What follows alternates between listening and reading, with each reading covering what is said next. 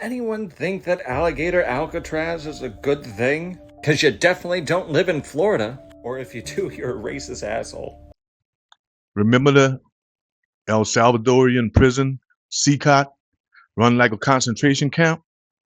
I do. No contact with the outside world. Crowded cells with bright lights on 24/7. These are the conditions at Secot, the infamous mega prison. Under Stephen Miller, the United States said that they were going to be deporting gang members and violent criminals from the United States, all without due process.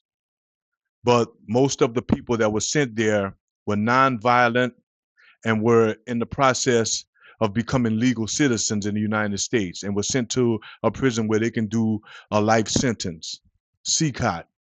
Well, the United States is going to one-up CCOT with an inhumane prison of their own. It will be located in the middle of the Florida Everglades. You heard that right, the Florida Everglades. Let's have a look. By this point, you've probably seen the video of the airport that sits on roughly 30 square miles of swamp and is home to wildlife of the Everglades. But the state of Florida wants to turn that site into a detention center for people awaiting deportation. And state officials say that it will help carry out President Donald Trump's mass deportation agenda. But there's a lot that you may not know. Let's break it down. First, is this legal? Technically, yes. Florida's Attorney General said that the project was already approved by the federal government, but that the land is owned by Miami-Dade County and Collier County. The state offered to buy the property for $20 million, but Miami-Dade County counter-offered with $190 million. Now, the counter prompted the state to fall back on emergency powers granted to them by an executive order that Governor Ron DeSantis signed under the Biden administration, which gives full authority to the state's head of emergency management, which today is Kevin Guthrie. So while a dollar amount is still being worked out between the county and the state is moving forward with construction and they're fast-tracking the project. Now, who's paying for it? DHS says that it will mostly be funded through FEMA's Services and Shelters program, which typically responds to natural disasters. U.S. officials say the cost for managing the facility will be about $245 a bed a day, which equates to about $450 million a year, which is a cost that the state will pay for and then be reimbursed by FEMA. Now, what is the impact to the Everglades? Mayor Sylvine Cava says that she has made requests for environmental reports and data analysis to see what impact this facility will have on the Everglades. We have yet to hear about those results. Now, the governor's office told NBC6 in part that the utilization of this facility for these purposes will not incur the removal of vegetation, additional paving, or permanent construction, and that utilities such as water, sewage, and power will be facilitated by mobile equipment that will be removed at the completion of the mission.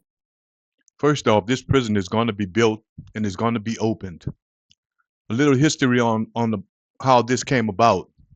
Our president was on Air Force One watching television, and Escape from Alcatraz came onto his TV.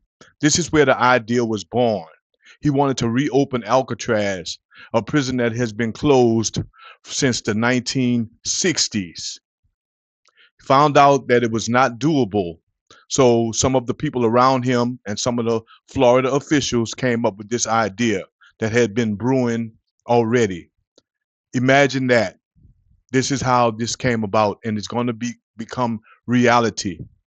A prison in the middle of the hot Florida Everglades that will be tents. They will be housed in tents, not buildings, in that Florida heat. Let's see a little bit more of what's going on with this project.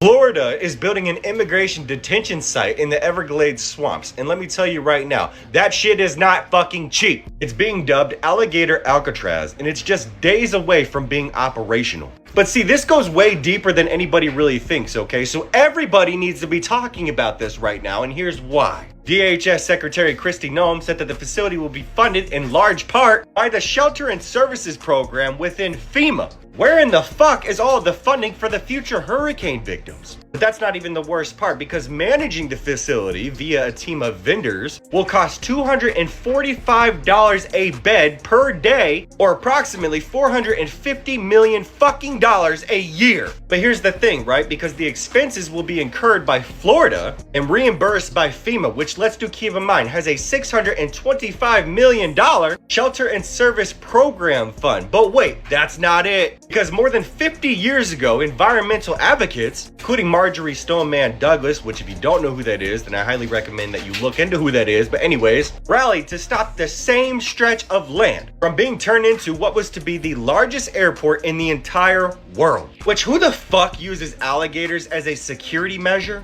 That just seems disturbing to me. But the biggest part of this that pisses me off is the fact that that is literally sacred land. The Everglades is a location of which should not be touched at all. But hey, who doesn't love their tax-paying dollars going to waste, right? Let's be so fucking for real right now, people.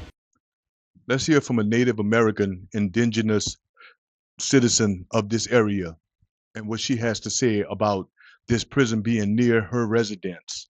That'll be followed up by a couple of clips by everyday, ordinary Americans doing their reporting on this story. They bring you some very good information. So after the indigenous Native American, it'll be followed by two very good clips of some ordinary American citizens giving you the news. Stay tuned. Osceola is a member of the Miccosukee tribe of Indians of Florida. She lives about 3 miles away from what will soon be Alligator Alcatraz. I started to get upset at the way he described the landscape as if it's a wasteland. And he talks about there's only alligators and pythons out here. And I'm like, what about me? I'm out here. My family's out here. More tribal villages are out here. It's an old airstrip about an hour and 45 minutes away from Miami, deep in the Everglades. The state of Florida is using emergency powers to take over the county-owned land and build a 5,000 capacity migrant detention center. But Osceola isn't buying it. This is our homeland, and it's a fragile ecosystem that needs to be protected. And I'm very appalled that this is going on out here. She says Alligator Alcatraz isn't just surrounded by wildlife, it's also surrounded by indigenous land. Osceola tells us she's also upset because the entrance to the future detention center is right next to ceremonial grounds. I, as a tribal member, ask, what are we doing? What are we trying to do? Whether it's politically or legally, they're all, they're trying to see what they can do to stop this. So while hundreds of 911 calls from detention centers have been discovered, ranging from heart conditions to unlivable situations, sleeping on floors for weeks, being fed a cup of rice and water once a day, and ICE, of course, denies it all. They decide that let's make a mockery of all of this and build this. The street behind me. This is where officials say nature provides security, others see vulnerabilities. Its barbed chain link gates stay open night and day, letting drivers deliver generators the size of 18-wheel truck cabs, trailers, and one continual stream of heavy equipment. Alligator Alcatraz, we're ready to go. All of it to build a temporary detention in Miami-Dade's abandoned 39-square-mile airstrip in the Everglades during hurricane season. Within the next month or two, authorities plan to send 1,000 migrants facing deportation. Florida just approved a migrant detention center in the middle of the Everglades. Yes, you heard that right. They're calling it Alligator Alcatraz, a remote area outside of Miami surrounded by snakes, alligators, and swamp. Their plan? To put 5,000 migrants in military-style tents in the middle of nature. No trial, no transparency, just isolation. And it's being rushed under DeSantis's emergency powers with potentially hundreds of millions of dollars from FEMA going to carry out the project. Yes, the same FEMA that has not responded to natural disasters across the United States this season.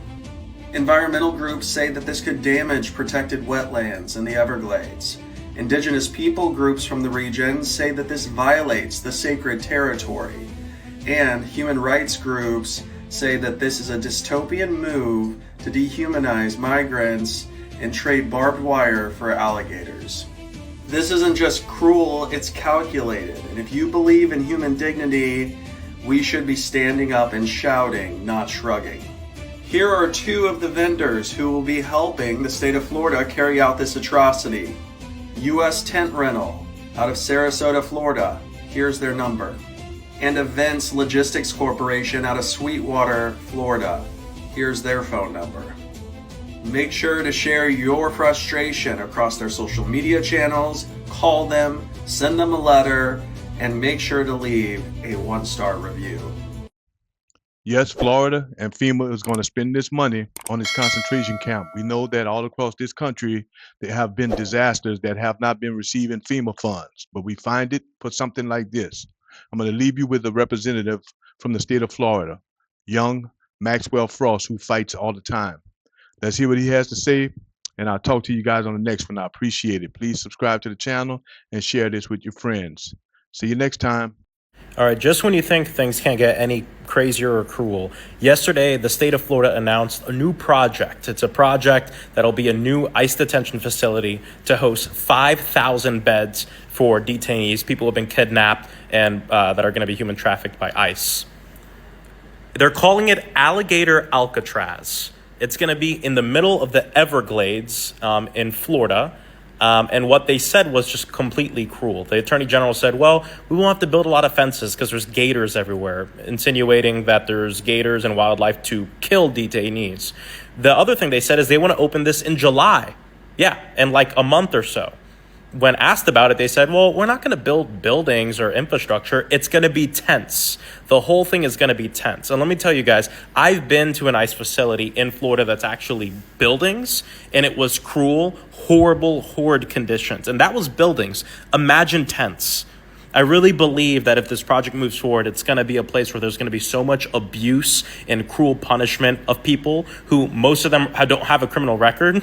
They're just people who've been living in this country. And so we're going to keep a close eye on this. And like, if they actually build this thing, I'm pulling up. We all need to pull up to protest this thing. Horrible punishment. And also, you want to talk about making 5,000 beds when the state of Florida is criminalizing homelessness and people across the state can't find a place to sleep at night? What about 5,000 beds for the homeless? We got to get our fucking priorities straight here. And so we'll keep you updated on this, but definitely look into Alligator Alcatraz. It's horrible. It's cruel. I ask you guys to like, subscribe, and share with your friends. Thank you.